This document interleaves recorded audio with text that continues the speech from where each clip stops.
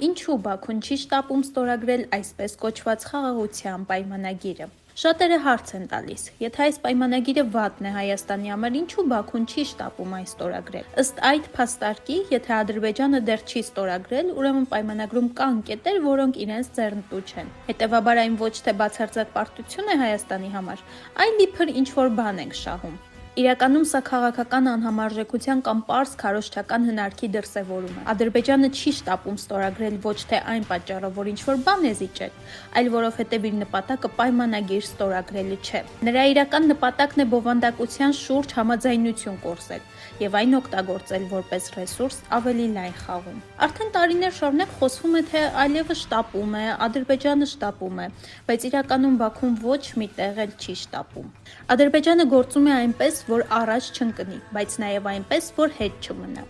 Նա չի ուզում տեքստը պարզապես ստորագրել ու ավարտել գործընթացը։ Հիմա, երբ ունի հայկական ստորագրությամբ համաձայնություն, այն պետք է մաքսիմալ սակարկի միջազգային հարթակներում, ավելի լայն քաղաքական դիվիդենտներ ստանալու համար։ Հայաստանում կա հակառակորդի գործողությունների և մեթոդաբանության վերլուծության պակաս։ Շատերը կարծում են, որ եթե Ադրբեջանը դեռ չի ստորագրել, ուրեմն ինչ-որ բան դեռ հնարավոր է փոխել։ Իրականում սա պարզապես Ադրբեջանի երկարաժամկետ խաղի մի մասն է։ Ալիևը վերցրել է իր ուզած բովանդակությունը և հիմա այն օգտագործում է ավելի մեծ քաղաքական առևտրի համար։